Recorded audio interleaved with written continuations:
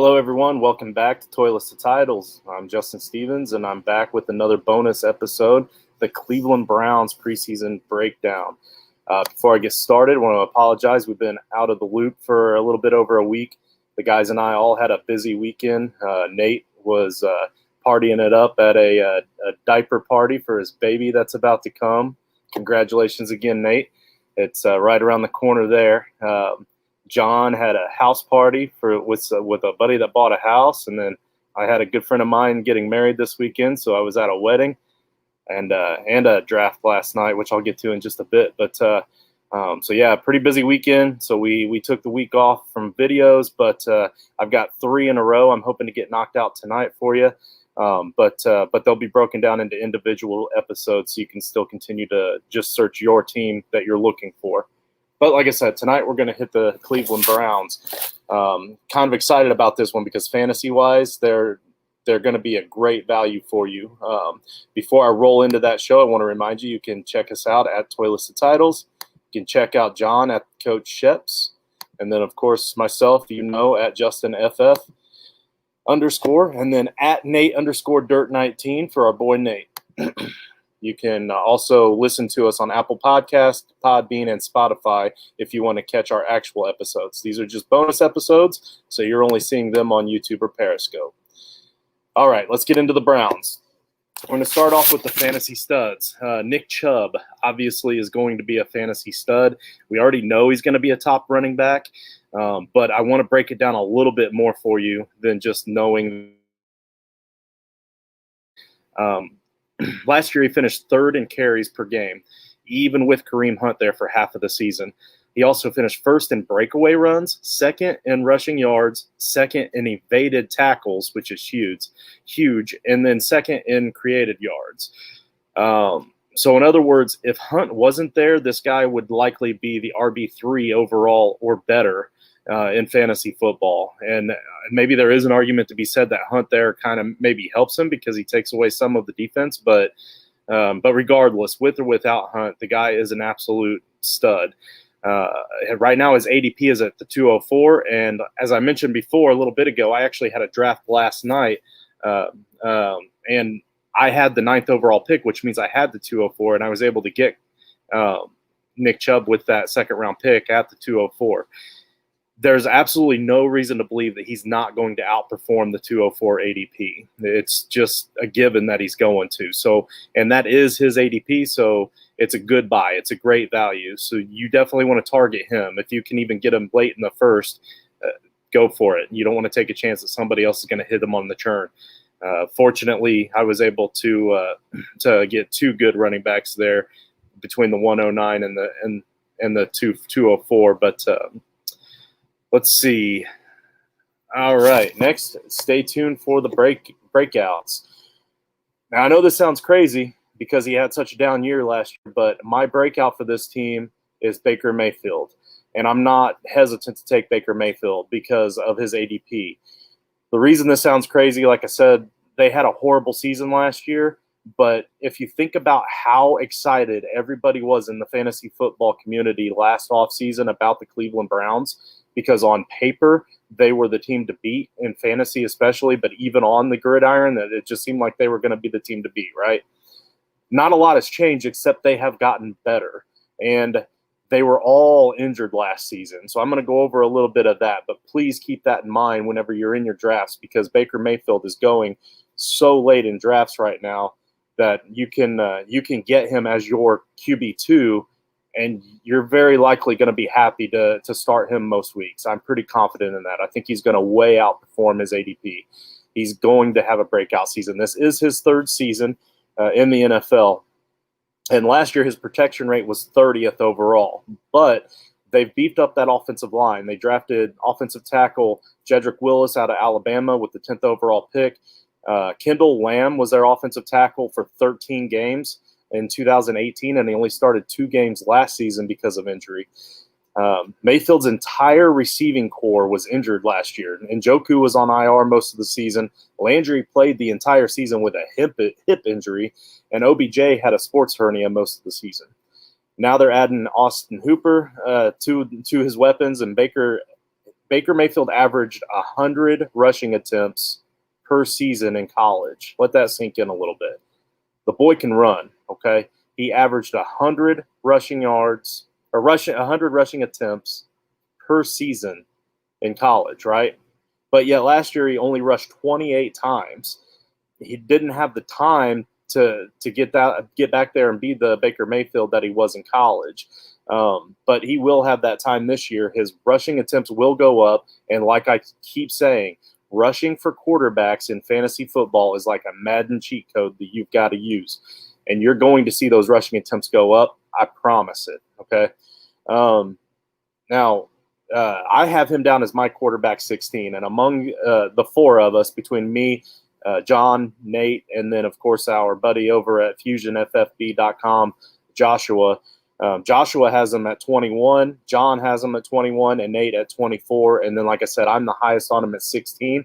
And honestly, I think he's going to outperform 16. I really think he's going to be a top 12 fantasy quarterback this season. But I have him at 16 because I know most people have him lower, so I still think I'm going to be able to snag him a little bit later. I'm willing to bump him down on my rankings because I know I'm still going to get him in most places. So that's my breakout. Now let's look for letdowns of the Cleveland Browns. And this may not be a popular opinion either, but I don't really see a whole lot of letdowns or letdown possibilities with their current ADPs for the Cleveland Browns. Now, the last episode I went over was the Baltimore Ravens, and you guys can go back and check that out if you'd like. But essentially with the Baltimore Ravens, I said that there were possibly going to be a lot of different letdowns because they were all being drafted so high. You got to remember that in fantasy football. When they're a great team, high-flying offense, they're going to score a lot of points. That means people want a piece of that action. People are going to want to draft them way too high, and you may not get the value of the ADP from them. So that's why I suggested that there may be a lot more letdowns with the Baltimore Ravens. But with the Cleveland Browns, you don't get that because they're the Cleveland Browns. Historically, they're not a good team. And a lot of times when they're not good on the gridiron, people aren't going to be as prone to try to draft them as high, especially after they had such a poor season last season. But again, that offense was all new pretty much last season, and now they've got another season under their belt, and I think they're going to really highly improve, especially better than what their current ADP is.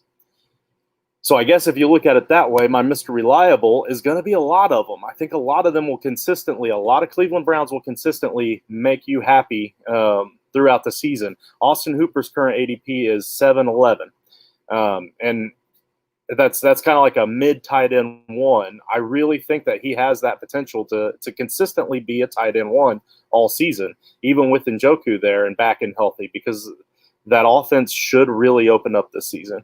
And Njoku's ADP is in the 19th round. So if you draft him and he does horrible, it's still at ADP, right? But there's potential for him to possibly be a tight end too in some weeks, or maybe streamable. I'm not saying draft Njoku, but I'm saying if you do, if it's a really deep league, if it's tight end premium, whatever, you're not out anything if you draft him. So and he doesn't do well. So that's value, and that's what we're looking for when we're looking for Mr. Reliable. We want somebody that's going to consistently perform at their value. Jarvis Landry's ADP right now is as a low-end wide receiver 3. And if you're in PPR especially, the guy always gets PPR points. So he's going to consistently be that wide receiver 3 that you need. OBJ, his ADP is 306. That's a low-end wide receiver 1. That one may potentially be a letdown, but at the same time, I don't see him having another bad season like that. Again, with him being healthy and with Landry being healthy on the other side and that offensive line being beefed up, I just think that OBJ is going to bounce back this season. I didn't think that last season necessarily. I didn't think he would have a horrible season like he did, but I didn't think he was going to have a great season being the first year in that offense with that team. But at the same time, I don't see him performing a whole lot lower than a wide receiver 1 either. So I think he can be a reliable wide receiving option, starting wide receiving option for your team, especially if you can get him as your high-end wide receiver 2, which I have seen in a lot of drafts. Kareem Hunt, his ADP is at the 403 right now. That's a high-end RB3, okay? And we know Kareem Hunt's talent.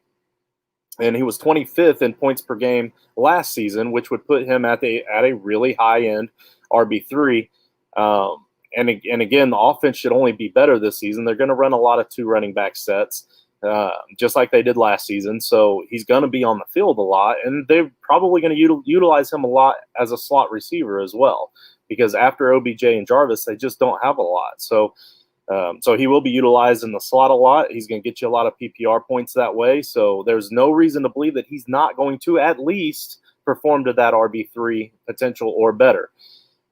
So again, I love the Cleveland Browns for fantasy football. And honestly, I've been talking myself into them so much recently that I kind of feel like I might even have to bump up their win-loss record a little bit for our predictions episode that we're hopefully going to have before kickoff. All right. And then finally, our IDP names to know. Carl Joseph, especially if he can stay healthy, he's a great safety to have in fantasy football, and you can get him late in a lot of drafts. And then obviously look out for Myles Garrett, especially if your name is Mason Rudolph. Zinger.